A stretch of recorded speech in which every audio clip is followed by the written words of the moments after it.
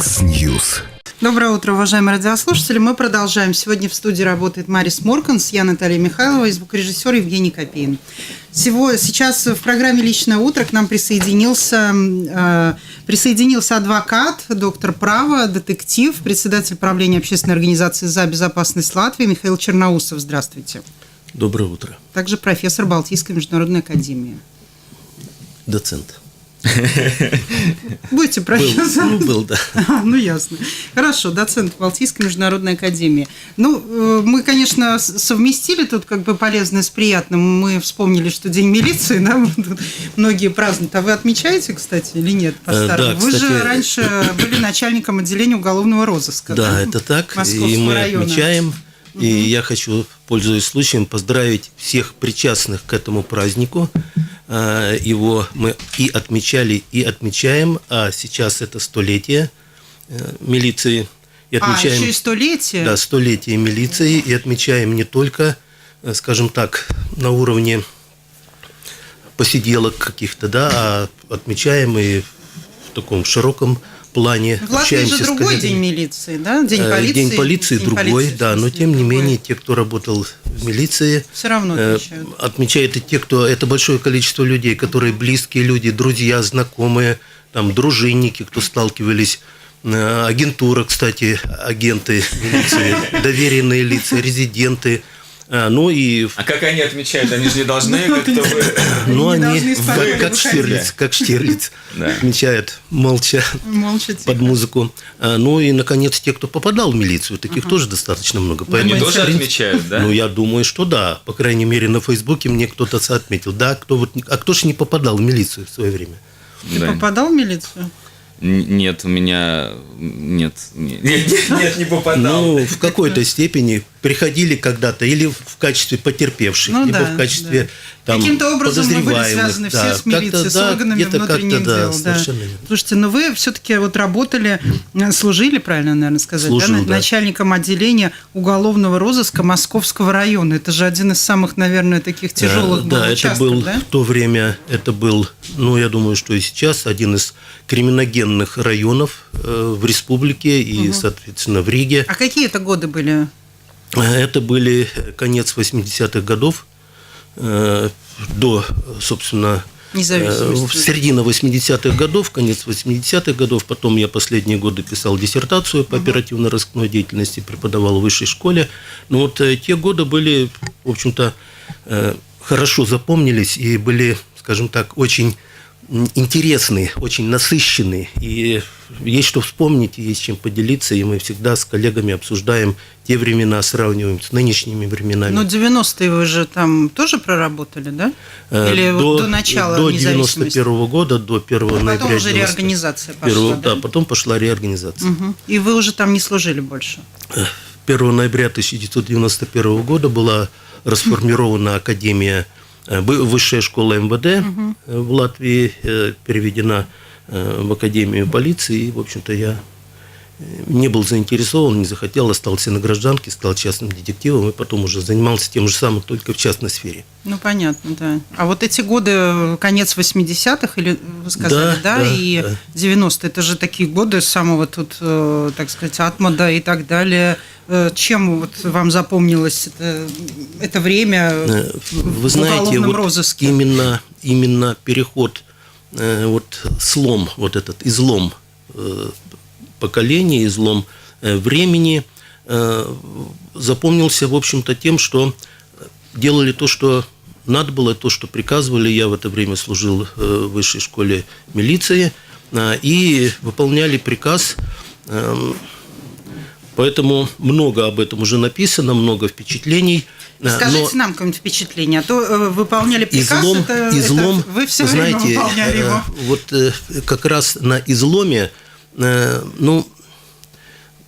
скажем так, это те воспоминания, которые очень личные, и, может быть, так, не хотелось бы давать какую-то политическую окраску тому, что произошло сегодня, а то, что связано, собственно, с работой милиции, это как раз 80-е, конец 70-х годов. Там было много интересного, и мы работали с увлечением, работали с желанием. Вы расскажите, кого вы поймали из таких известных преступников лично? Ну, довольно много было интересных таких дел. Ну, в частности, одно из первых моих дел, где я принимал самое непосредственное участие в раскрытии, это убийца Александр, Саша, который убил девочку в Салукрасте, 12-летнюю девочку. Он зарезал ножом, немецким штык-ножом, проткнул ее насквозь, и потом была еще серия преступлений за ним.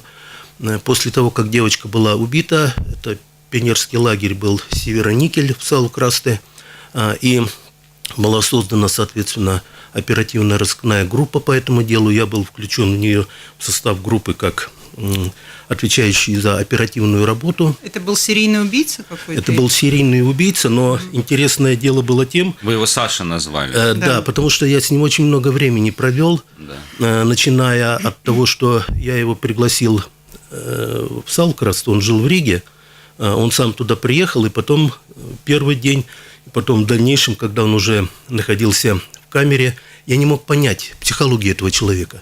Он был, кроме всего прочего, футболист, играл за сборную завода, был активный в таком социальном плане, он увлекался криминалистикой, был внештатным сотрудником в милиции, он получил от предприятия квартиру, был женат, да, это у него была параллельная жизнь. Он был состоявшийся, успешный человек. Он был, да, в социальном плане, он был успешный человек, все нормально, маленький ребенок у него был. И вот в тот день он поехал как бы загорать, находился там на доме, увидел, идут дети с моря, возвращаются в лагерь пионерский, и пошел, убил ее, вернулся туда, проводил, скажем так, поисковые мероприятия вместе с теми вот пионервожатыми, там, кто уже искал убийцу. Ищет представился там сторожем с объекта. Потом ушел, спрятал верхнюю одежду, сел на электричку и собирался ехать в Ригу. Поменял внешность, ну, то есть все очень грамотно делал. И когда проводилась отработка многих лиц по разным направлениям, я встречался с его женой, в беседе понял о том, что это, скорее всего, он. А как вы это поняли? Ну, интуиция, там много таких факторов, деталей. Вот. И приезжаю, Иван Матвеевич, такой бывший начальник отдела по особо важным Центрального аппарата управления уголовного розыска, говорю, вот завтра убийца приедет сам. Действительно, он приехал в назначенное время на электричке, пришел в участок.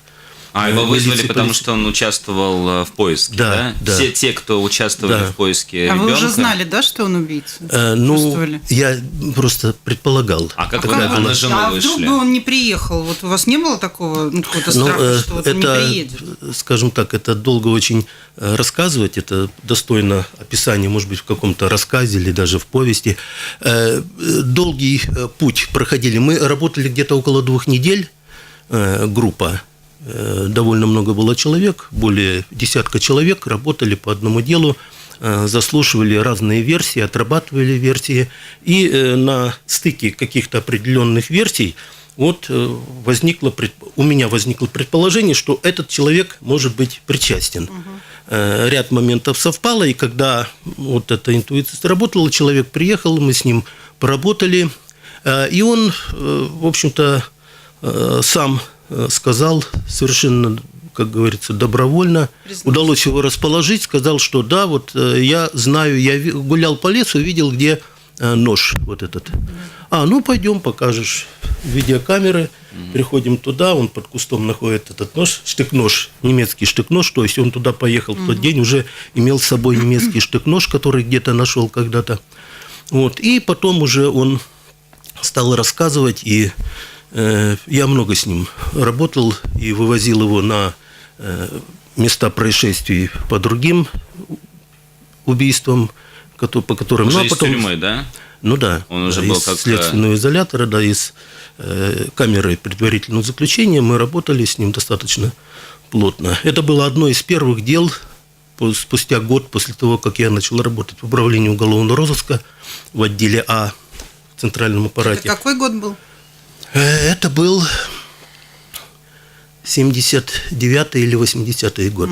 Михаил, скажите, вот вы сказали, что да, эта история достойна рассказа, а вот вообще эти люди, которые за такие преступления попадают, ну, которых ловят, они вообще имеют право, вот они вообще достойны какого-то рассказа? Вот они жили до тюрьмы, совершили эти действия. Никто их не знал. Да, и все. Вот тюрьма, и все. У них нет права голоса. Он убил ребенка. Вот он вообще достоин, чтобы о нем даже сейчас... Потом писали. Да или даже вспоминать его, да. Может быть, человек по личным качествам и недостоин, но вот причины, почему человека... Что толкнуло его на преступление? Процесс раскрытия, расследования преступлений – это важные моменты. Как не допустить в будущем, чтобы люди вот не шли по такому пути? Но иногда даже криминология, наука, которая изучает причины, не знает, как найти вот правильный ответ на какие-то случаи. Вот по тому событию, по тому факту, я вот если вы спросите, что его толкнуло, я до сих пор не знаю. Не могу вам четко, однозначно ответить, хотя я работал с ним довольно долго. То есть он психически полноценным был признан? Совершенно верно, да. Не было никаких признаков. Он жив? Вот чего не знаю, того не знаю. Ну вот вы говорите, что... Думаю, что нет. Достойно для того, чтобы вот как-то не допускать в будущем. Но ведь ничего же не меняется. Как были преступления, так и есть. И в будущем будут и убийства, и тяжкие преступления разные. Ну, вы знаете, да, преступность, она вечна, да, и сыск вечен, поэтому вот это противоборство добра и зла в криминальной сфере, она постоянно будет и постоянно было, и от этого никуда не деться. Вы вначале сказали, что тогда было интересно, Наталья просила примеры, вы сказали уже описано, а сейчас что, неинтересно? Вот у меня одна и та же мелодия, что люди уезжают, но и преступники уезжают, да? То есть здесь нам, может быть, и заработать негде, и, может быть, черный рынок маленький, да, ну, где вот эти все, где закон и незакон соединяются. Вот сейчас преступления, они вот, ваша фраза, сейчас неинтересное время, что вы в это вкладываете? Не в том плане, что сейчас оно неинтересно. Каждое время само по себе интересно. Это однозначно, да? С вашим опытом. Тогда вот был вот этот отношение к работе. Вот в уголовном розыске как тогда относились к работе, и отношение нынешних работников. Драйв был? Ну, как бы сказать, да, был совершенно верно. Драйв, там, кайф, как хотите назвать. Вот это было такое стремление. Зарплата-то была, в общем-то, очень маленькая. Даже по сравнению с другими работниками, с другими структурами.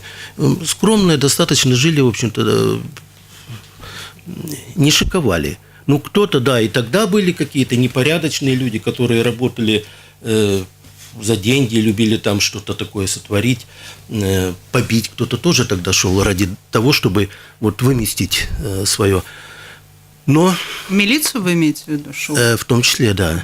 Ну, профессиональная деградация тоже имела место, от этого никуда не деться. Тогда, конечно, все мы были, в общем-то, моложе, поэтому, может быть, было интереснее. Сейчас время другое, но нельзя говорить, что тогда было только все хорошо, а сейчас все стало намного... Нет, сейчас тоже много интересного, много меняется, меняются люди, меняются отношения, меняются проблемы, с которыми сталкиваемся. Ну, собственно, Михаил, скажите... все мы видим и обсуждаем это, в том числе сегодня уже я слышал по радио, как вы об этом говорили.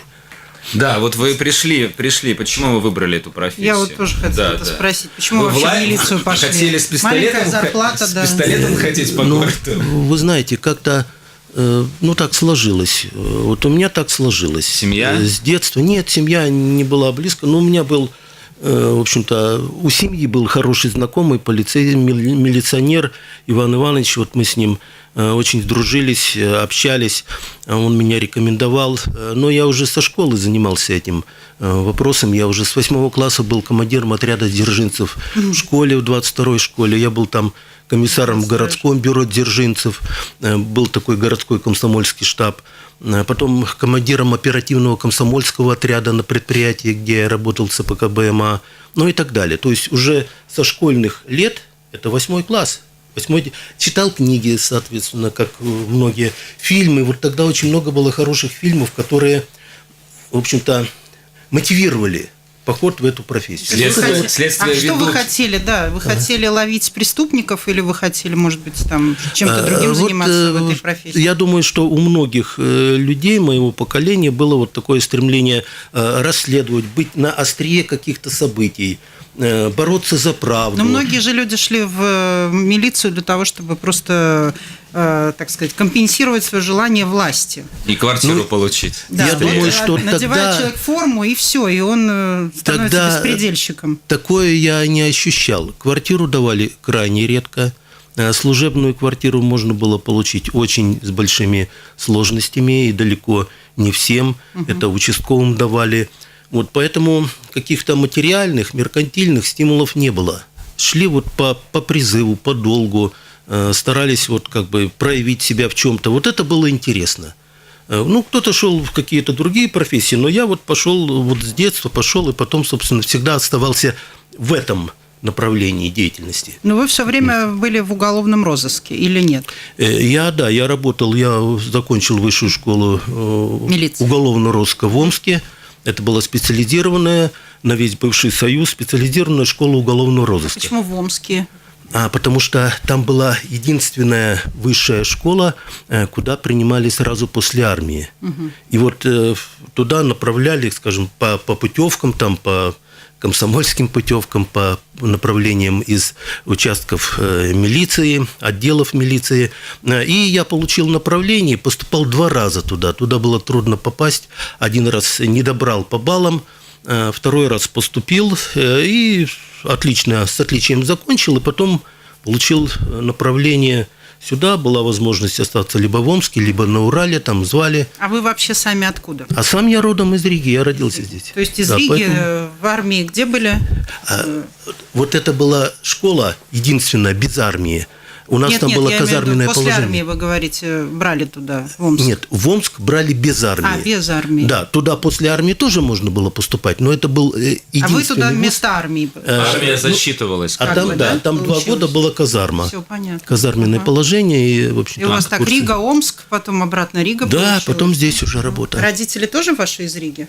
Да, они были здесь, они были в то время были живы, вот, и вернулся на свою родину, где родился. А были в Латвии воры в законе? Ну, вот именно Балдырайский Паша там. Нет, в то время были авторитетные ребята. Потом воры в законе, такой термин получился немножко позже, появился.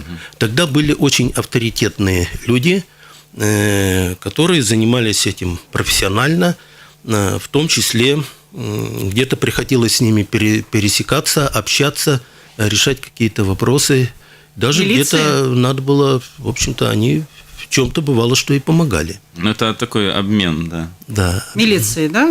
Вам тоже лично приходилось? Конечно. Светлые силы встречаются с темными. На каком уровне вот эти авторитетные люди встречались с работниками милиции? То есть любой милиционер мог встречаться? Вряд ли же? В фильмах, иногда в сериалах можно увидеть. Вот сериал, который я последний посмотрел, «Невский», да, вот там были, когда очень высокий уровень, договариваются, там генерал договаривается с главным авторитетом района. Не все было так.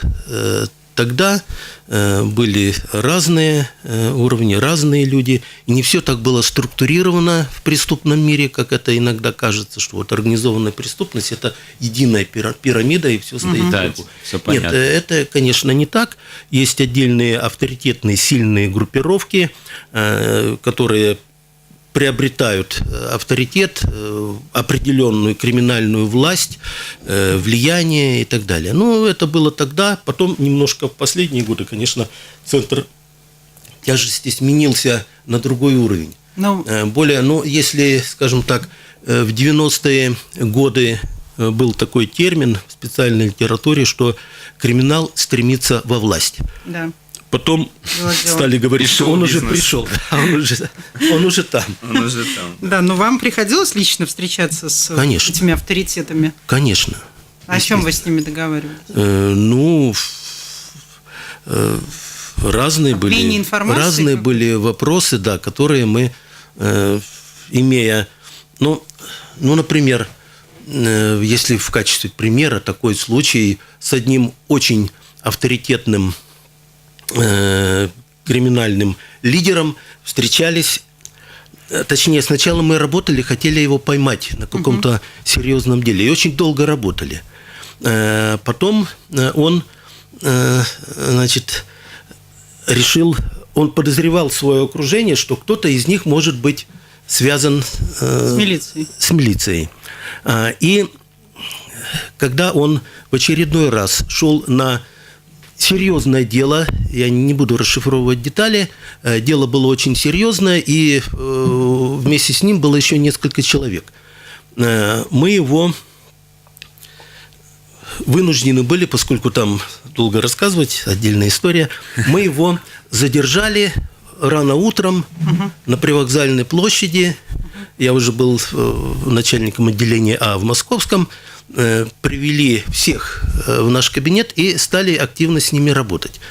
И вот этот авторитет долго ждал, когда появится какая-то информация, кто слил, скажем так, информацию о нем, да. Но этого не произошло, и вот потом через год он получил небольшой срок, всего 1 год лишения свободы. Он пришел ко мне сам в кабинет, в тот же Московский, и говорит: начальник, ты знаешь, я вот сидел год и думал, вот кто же меня подставил. Где же, да? Да, и вот я так и не понял, и я готов тебе помогать. И действительно, он потом, в общем-то, оказывал серьезную помощь. Ну, а был такой на добровольных началах. А? Был такой человек, которого подставил, или не был? Или это ваша была? Нет, ну, да. Один из тех людей, который был вместе с ним, это был наш человек. Вот, но... Слушайте, прямо место встречи изменить нельзя. В процессе этой работы не произошла утечка от работников уголовного розыска. Небольшой перерыв сейчас, но все-таки давайте примем звонок и ответим на него уже после новостей и рекламы. Михаил, нет, человек положил. После рекламы. Да, тогда звоните нам сразу после перерыва на новости. У нас в гостях, напомню, Михаил Черноусов. Микс Ньюс. У нас был звонок или не был? Был, но не дождался наш слушатель. Но сейчас вот есть сразу второй звонок. Напомню, что у нас в гостях сегодня Михаил Черноусов.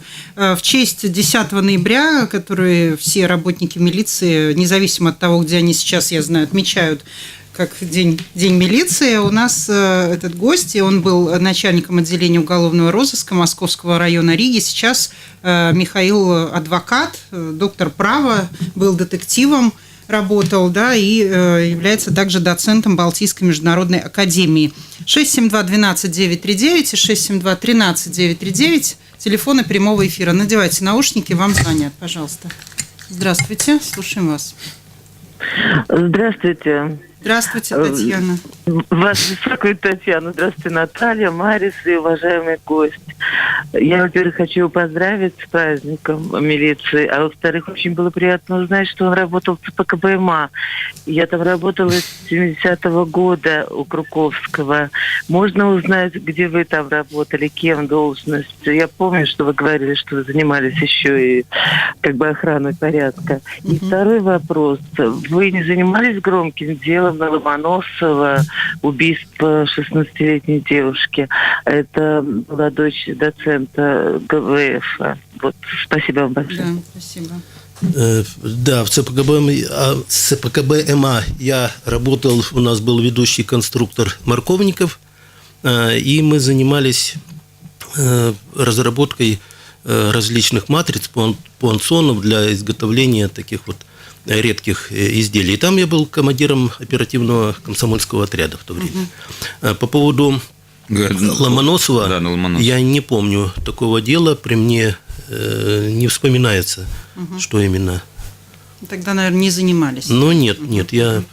Вот мимо меня это прошло. У меня к вам, снимите наушники, вам будет удобнее. У меня к вам вопрос. Вот почему работники милиции, полиции также хлопают, также подпевают песни, великой песни «Гоп-стоп»? Это же как бы ваши... Вот весь сюжет этой песни, кроме любви, наверное, это же ваши клиенты, что ли? Ну да. Вы знаете, я в те годы, и когда учился в высшей школе, и потом играл на гитаре, и большая часть репертуара это были блатные песни. Почему? В этом ничего плохого нет.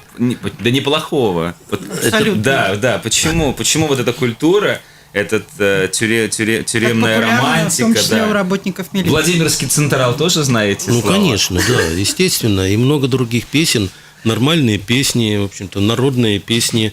Да, есть определенная специфика. Сейчас официально есть программы, есть концерты. Тогда этого не было. Тогда вот только на бобинах, на каких-то мероприятиях. Ну а почему? Это же вы по этапу отправляете. Так вот это была наша жизнь. Да. С той стороны мы были с одной стороны баррикад, они были с другой стороны, но мы работали с ними, где-то противодействовали, где-то разоблачали определенных людей из их среды. Мы уважали, они тоже уважали некоторых людей из нашей среды. Это было нормальное противодействие, от этого никуда не деться. И в том числе вот этот вот, скажем так, блатной какой-то антураж, субкультура, да. Которая была, и да, она интересна. Мы ее и изучали, стремились понять, узнать. В то же время это было интересно для того, чтобы использовать, общаться. А иногда надо было и использовать это для того, чтобы куда-то войти в какую-то среду, влиться. А вот вас, когда называли ментом, это допустимо или не? Вы знаете, тогда я вот не помню, чтобы кто-то так неуважительно называл. Это сейчас стало, в общем-то, распространенный термин, и не всегда он, кстати, имеет негативную окраску. Вот я поэтому иногда, и спрашиваю. Позитивную. Да. Одно время было, что да, мента, там, в общем-то, пренебрежительное, там, или даже какие-то другие термины использовались, негативные.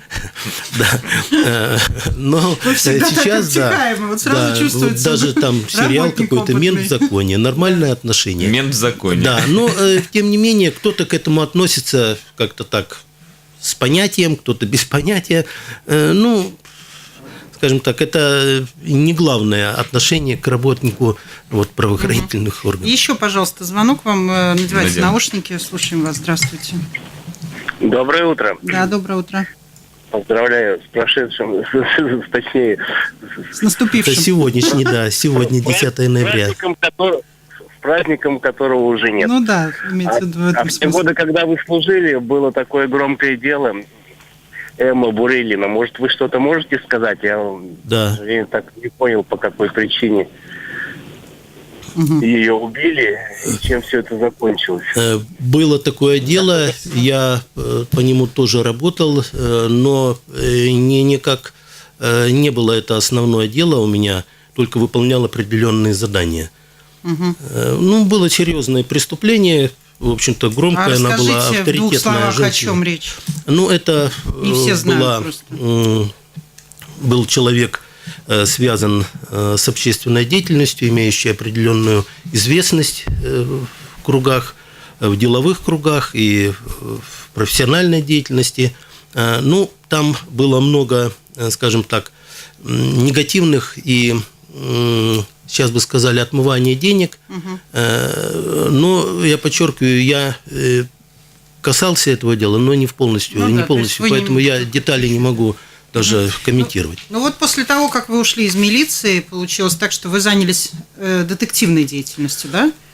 Да, в 91-м году. В чем она заключалась? Вы кого-то разыскивали по заказу там, и так далее? Или в чем? В 91-м году, после ухода из системы, после того, как я снял погоны, надо было чем-то заниматься. Это был вынужденный уход?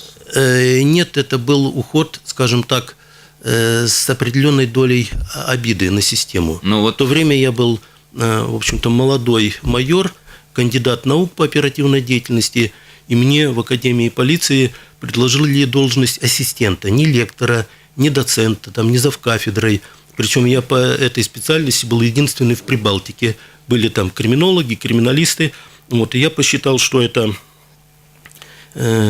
унизительно для меня, и так и сказал новому начальнику Академии полиции, что это меня унижает, поэтому я ушел в отставку по сокращению штатов.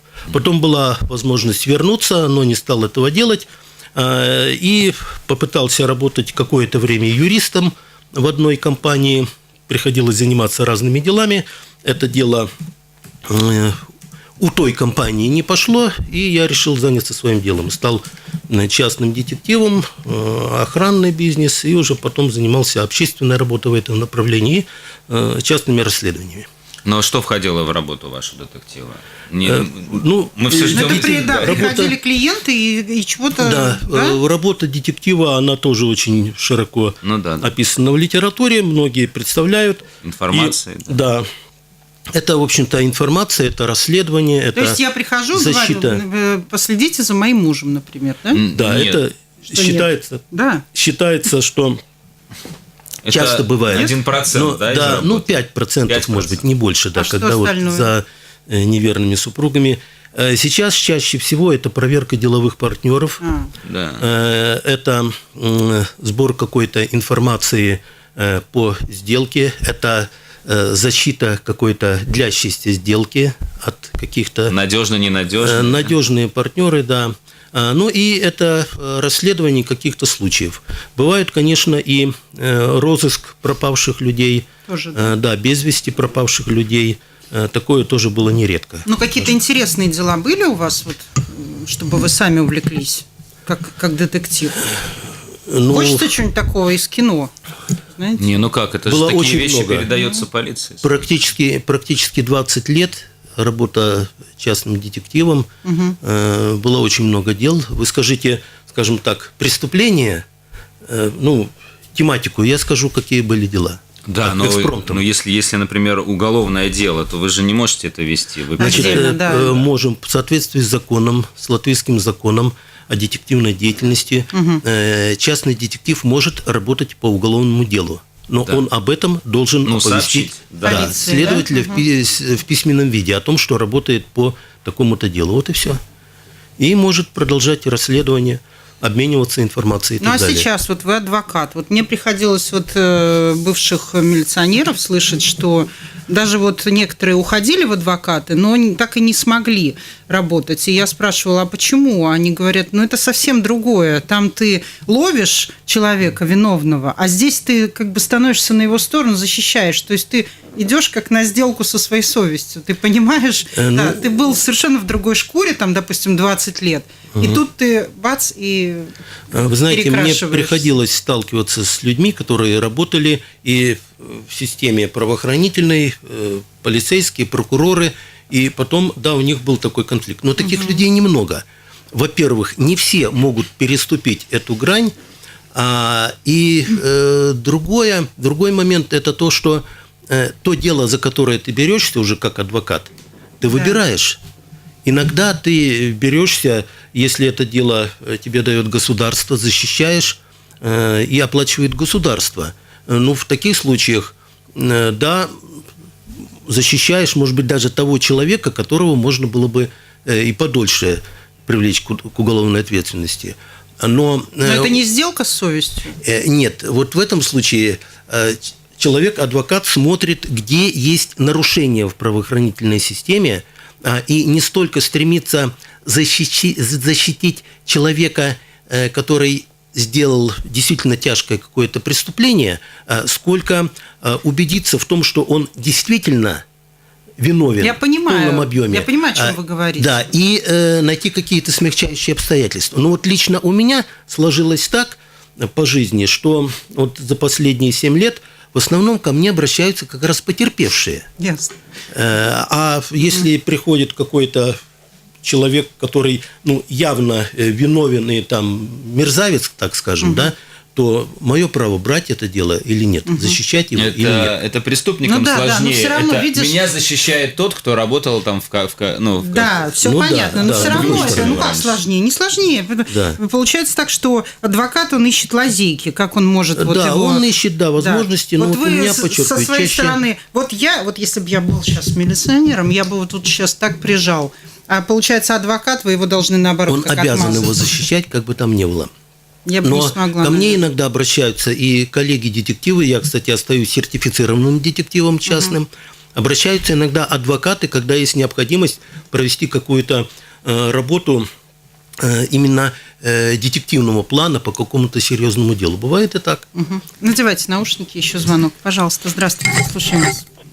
Доброе утро. Доброе утро. Вот если вас попросили дать сравнительную оценку организованной преступности в период ее рассвета, если так можно выразиться, и сегодня, естественно, опять же, в силу сегодняшней вашей информированности, насколько она выросла, уменьшилась, то есть значимость организованной преступности сегодня, как бы вы оценили? Всего хорошего. Спасибо. Хороший вопрос. Вот я тоже его имел в виду, что как было тогда вам интересно, да, вы еще упомянули, что не так все просто, что это пирамида, а вверху вор в законе, да. Вот если представить, что тогда были пирамиды, да, вот какие сейчас эти пирамиды? Подожди, давай слушатель прокомментирует. Вопрос действительно такой серьезный и правильный.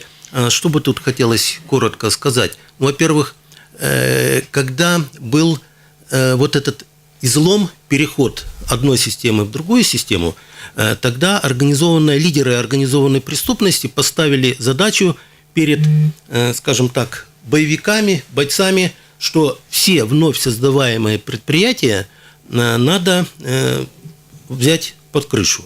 И тогда буквально вот эти бригадиры преступного мира ходили по всем вновь открывающимся фирмам и говорили: а кто у вас крыша? А есть у вас крыша? Да, есть такие-то, такие-то. Назначается, как говорили тогда, стрелка, определяется, кто тут главный, кто на территории, кто по направлению и так далее. И потом все это распределялось. Через какое-то время, в принципе, вот сферы влияния были разделены. А потом произошел переход в другую сферу, на другой уровень. Это уже пошла работа на уровне спецслужб, на уровне политического влияния и так далее. Поэтому, да, тогда в определенной степени было значительное влияние, они варились в своем соку, да, у них были традиционное понятие, у организованной преступности должны быть какие-то коррумпированные чиновники, которые им помогали решать какие-то вопросы наверху. Потом все это переместилось. Финансовые структуры, у кого деньги, у кого власть, те стали осуществлять вот это влияние и диктовать условия, что им нужно делать. Поэтому то, что сейчас где-то существуют на определенном уровне воры в законе, авторитеты, у нас периодически появляется там 1-2 проездом, постоянного нет, насколько я знаю сейчас.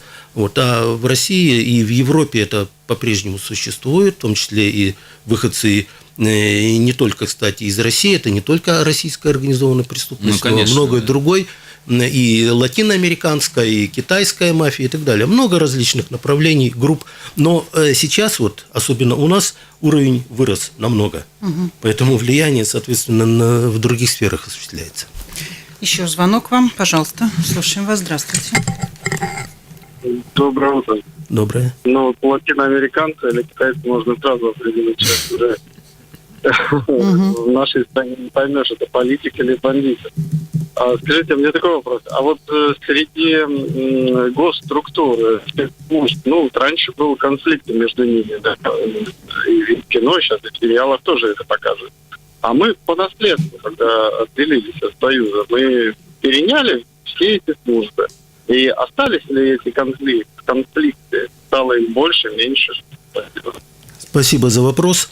Дело в том, что у нас вообще перебор структур, которые занимаются этой деятельностью, оперативной деятельностью. Около 15 структур, которые у нас занимаются, в том числе имеют возможность вести оперативную деятельность. И, естественно, между ними четкого взаимодействия просто не может быть. Каждый выполняет заполняет свою нишу, выполняет свою работу. То же самое политическое влияние на эти структуры оказывают разные политические силы. И те, кто находится в первую очередь во власти, они пытаются оказывать влияние на определенные структуры. И переняли или не переняли, да, просто ненормальная ситуация, на мой взгляд. Так не должно быть.